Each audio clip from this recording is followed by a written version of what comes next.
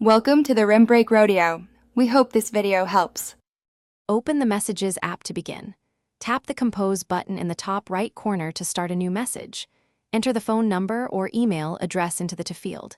If the contact is unknown, tap the blue information circle next to the number. On the contact card, choose Create New Contact to add this person to your device. This step captures the number or email into contacts and allows future iMessage recognition and delivery as blue bubbles. After tapping Create New Contact, fill in the contact fields carefully. Enter the first and last name exactly as you want it displayed. Add the phone number and email address, using labels like mobile or work for clarity. Optionally, tap Add Photo to assign an image from your library or camera.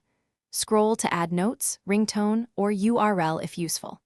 When you finish entering details, tap Done to save the new contact to your device and to iCloud if enabled. Return to your message thread and type to verify iMessage registration.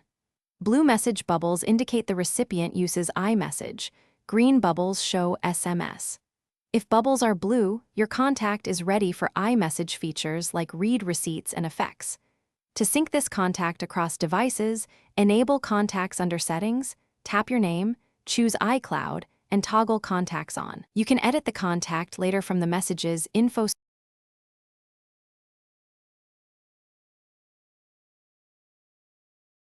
Thanks for watching. Consider subscribing if we helped you.